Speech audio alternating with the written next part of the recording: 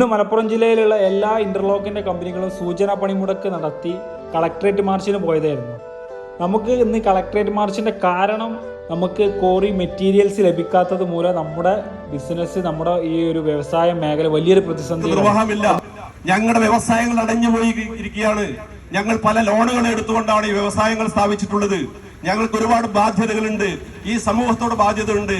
ഞങ്ങൾക്ക് അവാർഡുകൾ തന്നാൽ പോരാ, നല്ല വ്യവസായി എന്ന് പറഞ്ഞ അവാർഡുകൾ തന്നാൽ പോരാ, ഞങ്ങളെ ജീവിക്കാൻ അനുവദിക്കണം എന്ന് പറഞ്ഞ് പല ഉദ്യോഗസ്ഥന്മാരെടുക്കുകയും പല രാഷ്ട്രീയക്കാരെടുക്കുകയും പല നേതാക്കന്മാരെടുക്കുകയും പല MLA-മാരെടുക്കുകയും മന്ത്രിമാരെയൊക്കെ എടുക്കുകയൊക്കെ പോകുമ്പോ അവര് കൈമലർത്തുകയാണ്.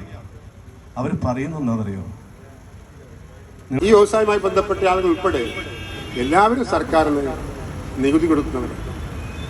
ഈ യൂണിറ്റുകളിൽ ജോലി ചെയ്യുന്ന 10,000-കണക്കായ ആളുകൾ, അവർക്കെല്ലാവർക്കും ഓൾ ഓഫ് ഇന്റർലോക്ക് വ്യവസായവുമായി ബന്ധപ്പെട്ട് മാത്രം